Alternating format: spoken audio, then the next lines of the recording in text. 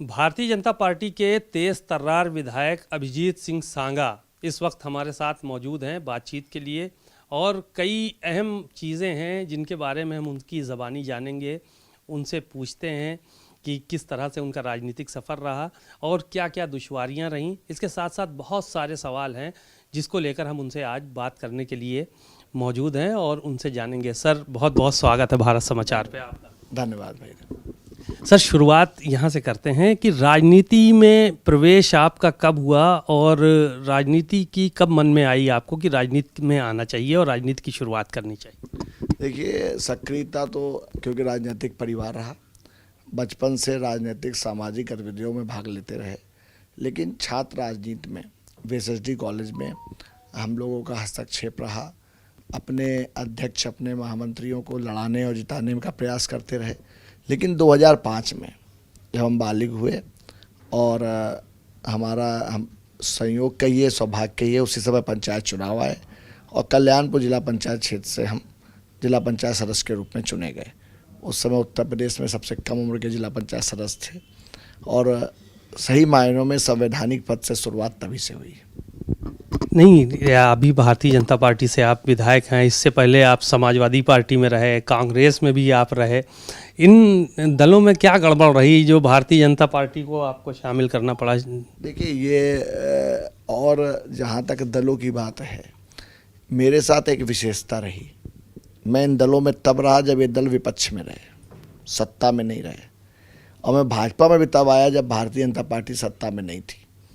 Bharatiya Janata party चुनाव के दौर में थी, संघर्ष के दौर पे थी और उत्तर प्रदेश में समाजवादी पार्टी की सरकार हुआ करती थी। तब मैं कांग्रेस पार्टी का जिला अध्यक्ष हुआ करता था और 2012 का चुनाव भी कांग्रेस पार्टी से लड़ा था और बहुत अच्छे मत मुझे प्राप्त हुए थे। एक ऐसा माहौल बना उत्तर प्रदेश में जो कांग्रेस पार्टी समाजवादी पार्टी के खिलाफ आंदोलन करती थी, 27 साल यूपी बेहाल का नारा लगाती थी।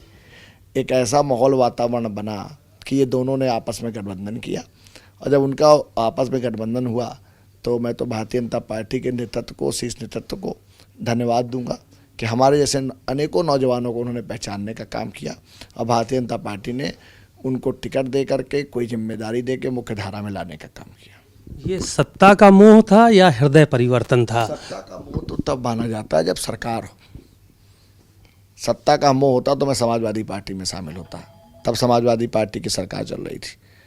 मैंने तो समाजवादी पार्टी के खिलाफ आंदोलन किया, समाजवादी पार्टी के खिलाफ अनेकों आंदोलनों में भाग लेने का काम किया और जब चुनाव का समय आया और कांग्रेस और समाजवादी पार्टी एक हुई तो मेरी मजबूरी हुई कि मुझे विपक्ष में, क्योंकि मैं समाजवादी पार्टी के खिलाफ कानपुर में संघर्षरत था, तो मैंने भारतीय जनता पार्टी एक प्रमुख विपक्षी पार्टी के रूप में मानी जा रही थी और उन्होंने मुझे ये मौका दिया। तो ये विचारधारा क्या उन पार्टियों की आपको समझ में नहीं आई? सपा की और कांग्रेस की, भारतीय जनता पार्टी की और दूसरे दलों के, इनकी विचारधारा में क्या अंतर है आपके हिसाब से? देखिए, जहाँ तक विचारधारा की बात है, भारतीय जनता पार्टी की विचारधारा में जो मूल है वो सबका साथ सबका विकास है। समाज के हर वर्ग के लिए काम करने वाली पार्टी है।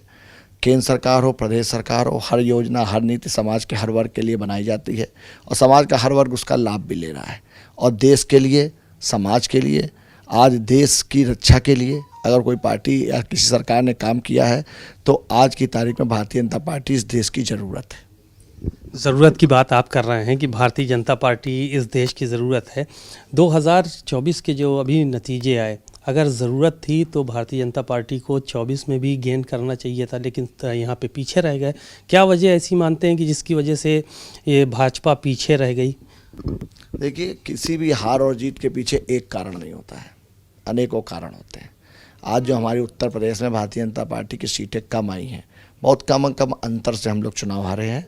निश्चित रूप से संविधान के एक मुद्दे को विपक्ष ने हवा देने का काम किया, एक वर्ग विशेष को बरगलाने का काम किया। लेकिन एक वजह मैं भी मानता हूं कि कहीं ना कहीं हमारे नेतृत्व ने और हमारे कार्यकर्ताओं ने इस चुनाव को जितनी गंभीरता से टिकट वितरण में हम लोगों को ध्यान देना चाहिए था वो नहीं दे पाए। इस वजह से भी परिणाम हमारा कुछ जो अपेक्षित था वो नहीं आ पाया। क्या आपसी खींचतान भी कोई वजह रही है, ऐसा भी मानते हैं? परिवार है, भारतीय जनता पार्टी विश्व का सबसे बड़ा परिवार है। आपसी खींचतान किस घर में नहीं होती है, लेकिन मतदाता भारतीय जनता पार्टी के साथ में है। आज आप देखिए हर सीट पे भारतीय जनता पार्टी को बहुत अच्छा वोट मिला है। जहाँ हम हारे भी हैं, बहुत कम मतों से हारे हैं। जब पूरा विपक्ष एक हो गया तब भी हम बहुत कम मतों से चुनाव हारे हैं। निश्चित रूप से समीक्षा की जाएगी, जो कमियां हैं उनको दूर किया जाएगा। आम जनमानस भारतीय जनता पार्टी के साथ है। 27 का भविष्य देख रहे हैं भारतीय जनता पार्टी का, क्योंकि विपक्ष तो दावे इस हिसाब से कर रहा है कि अब की आपका सफाया हो जाएगा। देखिए, ये हमारा सौभाग्य है कि विश्व का सबसे ताकतवर नेतृत्व नरेंद्र मोदी के रूप में हमारे देश के पास है, और प्रदेश का सबसे ईमानदार नेतृत्व हमारे मुख्यमंत्री योगी आदित्यनाथ जी के रूप में हमारे पास है। योगी जी की कोई तुलना नहीं है। जो लोग योगी जी से प्रतिस्पर्धा कर रहे हैं, जो विपक्षी दल खासतौर पर समाजवादी पार्टी के लोग, किस आधार पर योगी जी से तुलना करेंगे? किस आधार पर करेंगे? ईमानदारी पर करेंगे, परिवारवाद जातिवाद पर करेंगे, भेदभाव पर करेंगे, भ्रष्टाचार पर करेंगे? हर मुद्दे पर जब जनता तुलना करेगी योगी आदित्यनाथ और अखिलेश यादव की, तो अखिलेश यादव बहुत बौने साबित होंगे। एजेंडा आप सबका साथ सबके विकास की बात आपने अभी की, लेकिन आरोप तो आप पर यह भी लगता है कि हिंदुत्व का एजेंडा लेकर सिर्फ आपकी पार्टी और आप लोग आगे चलते हैं। देखिए, हिंदुत्व इस देश का मूल है, इस देश के संस्कार हैं। बहुत सा ऐसा हमारा मुस्लिम भाई भी है, वो हिंदुत्व को आप केवल एक धर्म से ना जोड़िए। ये हमारे संस्कार हैं, ये हमारा कल्चर है, और जिसको समाज का हर वर्ग अपनाने का काम करता है। जिस दिन हिंदुत्व इस देश से ख़त्म हो जाएगा, इस देश से लोकतंत्र ख़त्म हो जाएगा। आप ये मान के चलते हैं कि लोकतंत्र की जो बुनियाद है वो हिंदुत्व है? बिल्कुल है। सबका साथ सबका विकास हमारे सनातन धर्म में हम लोगों ने गाय को रोटी खिलाने से लेके चींटी को आटा देने से लेकर के, और मछली को लैया खिलाने से लेकर के, पशु पक्षियों से लेकर के, वृक्षों से लेकर, पर्यावरण से लेकर, सबको हम लोगों ने देवी देवता की संज्ञा दे रखी है। ये लोकतंत्र और ये पारिस्थितिकी तंत्र और ये पर्यावरण और ये देश, ये धरती के लिए सनातन बहुत आवश्यक है, हिंदुत्व बहुत आवश्यक है। और ये हिंदुत्व एक ऐसी विचारधारा है जिसमें समाज का हर वर्ग बड़े प्रेम और विश्वास के साथ रहता है। लेकिन संविधान को विपक्ष तो कहता है कि संविधान को मिटाने वाले लोग हैं आप लोग। संविधान सर्वोपरि है, सनातन सर्वोपरि नहीं है, यहाँ तक बात जो है वो निकल कर आती है। स्वामी प्रसाद मौर्य जैसे नेता जो है वो तमाम तरह की बात करते हैं। देखिए, लोकतंत्र में ये सबको अधिकार है अपने मत व्यक्त करने का, लेकिन आम जनमानस से बड़ा न्यायालय कोई नहीं है। स्वामी प्रसाद मौर्य अगर बहुत अच्छा बोल रहे होते तो आज विधानसभा के भीतर होते। स्वामी प्रसाद मौर्य बहुत सुंदर बोल रहे होते तो आज लोकसभा में जनता उनको मौका देती अपनी बात रखने के लिए। आज कहीं ना कहीं उनकी बातें जनता को पसंद नहीं आ रही हैं। इस तरह के लोग जो समाज में विद्वेष फैला रहे हैं, हर वर्ग के लोगों को लड़ाने का काम कर रहे हैं, आपस में मनमुटाव फैलाने का काम कर रहे हैं, ऐसे लोगों को जनता पसंद नहीं करती है। आने वाले समय में आप देखेंगे इस तरह के लोगों को जनता और दूर करने का काम करेगी और लोकतंत्र के इस मंदिर से दूर करने का काम करेगी। आप लोगों पे एक आरोप और भी है कि तोड़ फोड़ की राजनीति में भी आप लोग विश्वास रखते हैं। कई अभी जो राज्यसभा के चुनाव हुए थे उसमें समाजवादी पार्टी के कई नेताओं ने जो है वो आपकी पार्टी को वोट दिया। समाजवादी पार्टी से विधायक थे वो, हालांकि चाहे मनोज पांडे रहे हों, चाहे राकेश प्रताप सिंह रहे हों, या फिर अभय सिंह रहे हों, इसके अलावा बहुत सारे हैं, पूजा पाल वगैरह, 7-8 विधायक जो थे उनको आप लोगों ने तोड़ लिया। तो क्या ये तोड़ फोड़ की राजनीति भी आप करते हैं? देखिए, तोड़ लिया कि वो टूट गए कि वो अपनी मर्जी से आए, ये सब चीज़ें निर्भर हैं उनके व्यक्तिगत वक्तव्य पे, उनके व्यक्तिगत बयान पर। अगर वो लोग एक बात कहें कि हमको ज़बरदस्ती तोड़ करके भारतीय जनता पार्टी की तरफ लाया जा रहा है या इस विचारधारा की तरफ लाया जा रहा है, कहीं ना कहीं उस समाजवादी पार्टी की विचारधारा में वो अपने आप को संकुचित पा रहे हैं। इसलिए वो आज भारतीय जनता पार्टी की ओर आने का काम कर रहे हैं। कांवड़ यात्रा चल रही है अभी मौजूदा समय में, उस पे भी बहुत सारे प्रश्न चिन्ह।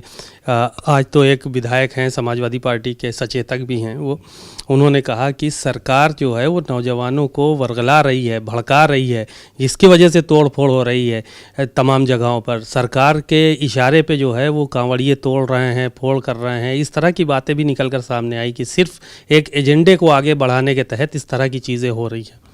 देखिए, वो चाह रहे हैं कि इस प्रदेश का वातावरण जाति और धर्म के नाम पर बटा रहे। इस तरह के बयान वो जो लोग दे रहे हैं, कहीं पर हमेशा से देखिए कांवड़ियों की ये यात्रा निकलती रही है। शिव जी को जलाभिषेक करने के लिए अनेकों मंदिरों में हमारे कांवड़ियाँ जाते रहे। एक अच्छा सुगम वातावरण इस प्रदेश का बना रहे। और आप ये मानिए कि पूरे देश में आज उत्तर प्रदेश की जो छवि बदली है, उत्तर प्रदेश की जो छवि पहले माफियाओं और गुंडों के आधार पर मानी जाती थी, आज आप बगल में और भी अन्य प्रदेशों को देख सकते हैं, लेकिन आज उत्तर प्रदेश को जो बदला है वो योगी आदित्यनाथ जी ने बदला है। और रही बात कांवड़ियों की या इस तरह की धार्मिक यात्राओं की या धार्मिक कार्यक्रमों की, निश्चित रूप से उत्तर प्रदेश में हर कार्यक्रम सफलतापूर्वक संपन्न होता रहेगा। इस तरह के परंपरागत कार्यक्रम सफलतापूर्वक संपन्न होते रहेंगे। निश्चित रूप से योगी आदित्यनाथ जी ने उत्तर प्रदेश के इस परसेप्शन को बदलने का काम किया है। माफियाओं की बात की आपने, मुख्तार अंसारी, अतीक अहमद, तमाम बड़े माफिया जो दुनिया में अब नहीं रहे, उनका खात्मा हो चुका है। लेकिन कहा यह भी जाता है कि जो माफिया आपके अजीज़ हैं उन पर कोई कार्रवाई नहीं हो रही है और वो मौजूद हैं, अभी भी टहल रहे हैं, आप लोगों के नेताओं के साथ फ़ोटोज़ खिंचा रहे हैं। देखिए, ये देश न्यायालय और लोकतंत्र के आधार पर, संविधान के आधार पर चलता है। ये जो भी घटनाएं हुई हैं, जो भी विषय सामने आए हैं, राजू पाल की हत्या हो या उनके गवाह की हत्या हो, कृष्णानंद राय की हत्या हो, ये समाज ने अपनी आंखों के सामने देखी है। इस तरह के जो विषय आए हैं न्यायालय में लंबित भी है। अतीक अहमद की जो घटना हुई है उसकी भी जांच हुई है। मुख्तार अंसारी की जिस तरह मृत्यु हुई है उसकी भी जांच हुई है। कहीं पर किसी के साथ गलत नहीं किया गया है। निश्चित रूप से जांच की रिपोर्ट आती है।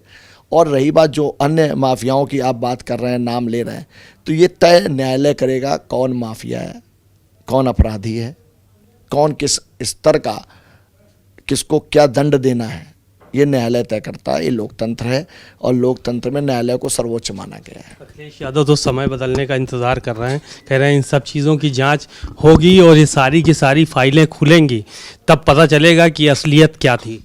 देखिए, अखिलेश यादव जो बोल रहे हैं उनकी मजबूरी है।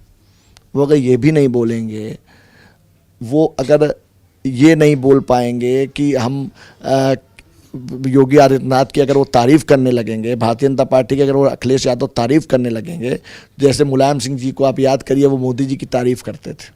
बहुत जल्द ऐसा भी मौका इस प्रदेश में आपको देखने को मिलेगा आने वाले समय में कि ऐसा ना हो कि समाजवादी पार्टी के लोग भी योगी जी की तारीफ़ करना शुरू कर दें, क्योंकि वो काम दिख रहा है, वो काम नज़र आ रहा है। वो तो नहीं किया है, इन्होंने नहीं किया, इनके चाचा ने किया है, इनके पिताजी ने किया है, ये भी करने लगेंगे। अखिलेश जी योगी जी की तारीफ जल्द करेंगे, ये मान करेंगे, बहुत जल्द करेंगे।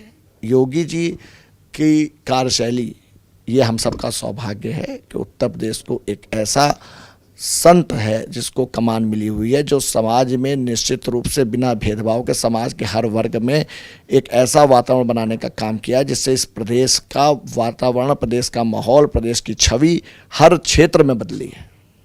अभिजीत सिंह सांगा के बारे में कहा जाता है कि बड़े रंगबाज विधायक हैं। ये परसेप्शन कैसे बन गया कि रंगबाजी जो है वो उनके अंदर कूट कूट के भरी है और रंगबाजी के दम पे वो अपने क्षेत्र के सारे काम करते हैं? अब रंगबाजी का विश्लेषण और विशेषण, और या आपने जो एक ये नाम पहली बार मैं सुन रहा हूँ इस तरह से मेरे बारे में कोई बोल रहा है। लेकिन हाँ, इतना ज़रूर है कि मैं प्रयास करता हूँ।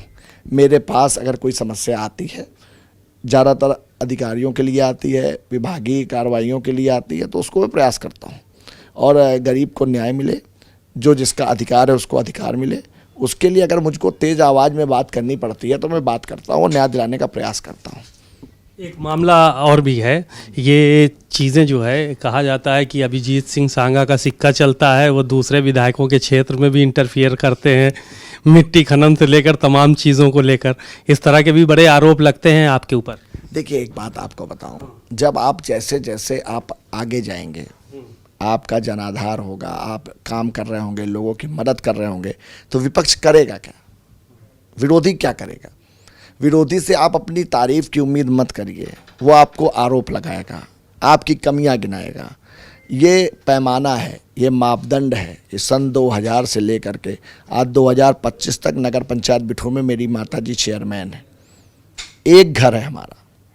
अगर लोग जो जात की बात करते हैं, धर्म की बात करते हैं, बिठूर नगर पंचायत में अगर लोग जात की बात करते हैं तो मेरी जाति का, मैं राजपूत समाज से आता हूँ, क्षत्रिय समाज से आता हूँ, 50 वोट है। और वहाँ मैं लगातार, वहाँ से मैं चेयरमैन हूँ। 2 बार से मैं लगातार बिठूर विधानसभा से विधायक हूँ। 2012 में जब कांग्रेस पार्टी को कोई नमस्ते करने को नहीं तैयार होता था, जहाँ 2000 वोट कांग्रेस को मिलते थे, वहाँ मुझको 53,000 मत प्राप्त हुए थे। लगातार कानपुर जनपद में मेरे 10-5 लोग जिला पंचायत सदस्य के रूप में निर्वाचित होते हैं। ब्लॉक प्रमुख को बनवाने में मैं प्रयास और सहयोग करता हूँ। ये कहीं ना कहीं जो जनाधार या सहयोग है, मेरे सहयोगियों की जो एक बहुत अच्छा एक संगठन कानपुर में बनकर के तैयार हुआ है। और आप निश्चित रूप से, क्योंकि ज़मीन से जुड़े हुए पत्रकार हैं, आपका चैनल ज़मीन से जुड़ा हुआ है, आप जब कानपुर के बारे में पता करेंगे तो मैं गर्व के साथ कहता हूँ कि हर जाति, हर धर्म, हर वर्ग के लोग मेरी टीम में समाहित हैं। सबका सम्मान है। आपके जो विधायक हैं भारतीय जनता पार्टी के, क्या आपकी शिकायत वो चोरी छुपे करवाते हैं ऊपर? नहीं, हाँ, ऐसा भी सुनने में आया। ऐसा नहीं है। सब विधायक हमारे मित्र हैं, सब भाई हैं, और हम लोग मिलजुल करके भारतीय जनता पार्टी की सरकार, केंद्र और प्रदेश सरकार की योजनाओं को ज़मीन तक ले जाने का प्रयास करते हैं। और निश्चित रूप से जो भी अगल बगल हमारे विधायक हैं, हाँ, हो सकता है समाजवादी पार्टी के जो विधायक हों, समाजवादी पार्टी के जो नेता हों, वो दुखी हों, तो वो इस तरह का वातावरण क्रिएट करने का प्रयास कर रहे हो, बनाने का प्रयास कर रहे हो कि भारतीय जनता पार्टी के लोग या भारतीय जनता पार्टी के विधायक कहीं ना कहीं अपने आप को असहज महसूस कर रहे हैं। कई गाड़ियों का काफिला आपके साथ चलता है। ये कहते हैं कि एक कलर की गाड़ियों से आप चलना पसंद करते हैं और पूरे क्षेत्र में गर्दा ही गर्दा दिखाई देता है जिधर से आप निकलते हैं, तो एक अलग तरह का भौकाल बना के रखा है, कानपुरिया भाषा में कहा जाए। देखिए, हमारी ग्रामीण विधानसभा है, 110 किलोमीटर लंबी विधानसभा है, और ये मेरा सौभाग्य है कि मेरे समर्थक, मेरे सहयोगी मोटरसाइकिल और साइकिल से नहीं चल रहे हैं, वो अपने साधनों से संपन्न है, अपने साधनों से चल रहे हैं। जब मैं चलता हूँ, वो मेरे साथ सहयोगी के रूप में चलने का काम करते हैं। वो 2 गाड़ी भी हो सकती हैं, 4 भी हो सकती हैं, 10 भी हो सकती हैं। इसका मुझे किसी को सफाई देने की आवश्यकता नहीं है। निश्चित रूप से मैं चाहूँगा कि हमारे लोग, भारतीय जनता पार्टी के कार्यकर्ता, हमारा आम जनमानस, सबका स्तर अच्छा हो, सब आगे बढ़ें। उसमें मेरा जो सहयोग होगा वो मैं उनको करने का प्रयास करता हूँ। महंगी गाड़ियों का शौक रखते हैं अभिजीत सिंह सांगा? गाड़ियों का शौक, कपड़ों का शौक, साफ सुथरा रहने का शौक, रोज नहाने का शौक होना चाहिए। ये अच्छा, भोजन पे आ जाते हैं, क्या सबसे ज़्यादा पसंद करते हैं अभिजीत सिंह सांगा? मेरा भोजन, मेरा टिफिन गाड़ी में रहता है। सुबह मैं फल खा के निकलता हूँ, चाय में पीता नहीं हूँ, कॉफ़ी में पीता नहीं हूँ, दोपहर में लंच गाड़ी में रहता है, और रात में आकर के घर में भोजन करता हूँ। मेरा प्रयास रहता है कि मैं बाहर भी कार्यक्रमों में जाता हूँ, शादी निमंत्रणों में जाता हूँ, वहाँ भी मैं खाना नहीं खाता हूँ, भोजन मैं घर में ही करता हूँ। भोजन घर में ही करते हैं। क्या हुआ, ये लाइट क्यों बंद हो गई? इसको फिर से एक आध तो सवाल है, करणी सेना पूछ के बस ख़त्म करें। एक आखिरी सवाल ये था कि करणी सेना को लेकर जो है वो बड़ा हंगामा मचा। पिछले दिनों ये देखा गया कि तमाम जगहों पर रामजी लाल सुमन के यहाँ अटैक किया, और उसके बाद अखिलेश यादव भी वहाँ पे पहुँच गए। तमाम चीज़ें जो है वो देखने को मिली हैं। करणी सेना के जो ये काम है उससे को आप समर्थन करते हैं कि विरोध करते हैं? देखिए, मेरा करणी सेना हो या किसी भी तरह का इस तरह के संगठन, सबसे मेरा यही कहना है कि हमको, आपको, सबको समाज में जो हमारा सामाजिक परिवेश है, कहीं ना कहीं मुझको कहने में कोई संकोच नहीं है कि आज विपक्षी दल, खास तौर पर समाजवादी पार्टी, ये जातिगत उन्माद फैलाना चाहती है। इस तरह के बयान किसी भी वर्ग से कराए जाएंगे और आप लोग उसके अगेंस्ट में आंदोलन करेंगे। कहीं ना कहीं समाज में उस जाति से आपका विद्वेष कराने का काम ये अखिलेश यादव कर रहे हैं, समाजवादी पार्टी के नेता कर रहे हैं। हमको, आपको बहुत सावधानी के साथ में, हो सकता है किसी व्यक्ति की व्यक्तिगत राय हो सकती है, लेकिन किसी भी वर्ग से हमारे यहाँ न वैर है। मैं करणी सेना के लोगों से कहता हूँ, राजपूत समाज के लोगों से कहना चाहता हूँ, समाज के हर वर्ग से कहना चाहता हूँ, ये भारत देश, ये हमारी संस्कृति, हमारा समाज तब बना है जब समाज का हर वर्ग इसमें एकजुट होकर के सबकी सहभागिता है। इस देश को बनाने में हर वर्ग की सहभागिता है। किसी के लिए खराब बोलना, किसी वर्ग विशेष को अपमानित करना, ये हमारी संस्कृति, हमारे संस्कार नहीं है। मैं रामजी लाल सुमन जी को भी आपके माध्यम से कहना चाहता हूँ कि आप मोहरा ना बनिए। रामजी लाल सुमन जैसे नेताओं से मैं कहना चाहता हूँ, आप मोहरा ना बनिए। अगर मैं चुनौती देता हूँ, अगर बोलना है तो अखिलेश यादव अपने मुंह से ये अपने विचार व्यक्त करने का काम करें, ऐसे नेताओं के मुख से अपने विचार व्यक्त करवाने का काम ना करें। धन्यवाद। बड़ी विस्तृत चर्चा रही अभिजीत सिंह सांगा से। कानपुर से विधायक हैं और काफ़ी दबाव भी रखते हैं अपने क्षेत्र में, विरोधी इनके सामने परास्त रहते हैं और तमाम ऐसे सवाल थे जिनका उन्होंने खुलकर जो है वो जवाब दिया और बहुत सारी बातों को लेकर उन्होंने समाजवादी पार्टी पर निशाना भी साधा। कैमरामैन श्रवण कुमार वर्मा के साथ सीमा नकवी, भारत समाचार, लखनऊ।